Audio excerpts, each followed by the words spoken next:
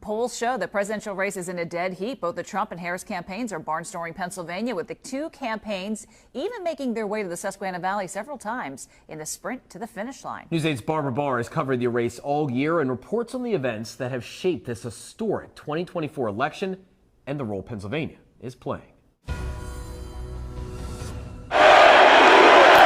On the heels of his primary win in Pennsylvania and before heading to court in May. Thank you so much for joining us this morning. Thank you. Thank you, Barbara. Former President Donald Trump talked exclusively to News 8 about the expected rematch against President Joe Biden. Nikki Haley attained 16% of the vote. Are you concerned? All of those people are going to come to me because first of all, what's their choice? In addition to that, And then came the presidential debate in late June. we finally beat Medicare. The 81-year-old president's poor performance changed the political landscape. I don't debate as well as I used to. Questions arose about Biden's fitness to serve, and members of his own party called on him to step aside. President Joe Biden looks to reassure voters in Harrisburg amid calls from some in his own party to drop out of the race. The president vowed to remain the nominee at a campaign event in Harrisburg in July. Every time I come back to Pennsylvania, I feel like I'm coming home. Pennsylvania lawmakers stood by him. Of course, that's my guy. A week later, another momentous event rocked the race. What happened?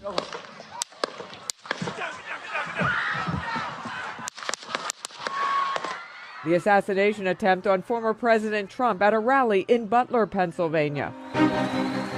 At the Republican National Convention, Trump picked Ohio Senator J.D. Vance as his running mate. Office of Vice President of the United States. The following Sunday, President Biden posts on social media he's dropping out of the race and supporting Vice President Kamala Harris. He has not spoken publicly about his decision to drop out of the race. An official announcement followed. It's been the honor of my life to serve as your president. As one of the most historic stretches in American political history unfolded. I accept your nomination.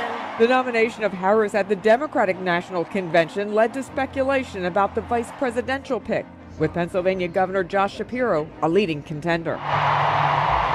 Instead, it was Minnesota Governor Tim Walz. The new ticket launched their campaign in Philadelphia. We are running a campaign on behalf of all Americans. Walz spoke exclusively to News 8 about the key issues. Voters are worried about the economy, prices at the grocery store, the gas pump. What would you do differently if elected? Yeah, well, I think, first of all, we're seeing inflation start to cool some. Good debate. See, have fun. Thank you. The only debate between Trump and Harris took place in the birthplace of independence, Philadelphia. I had no inflation. Focusing on relationships with our allies.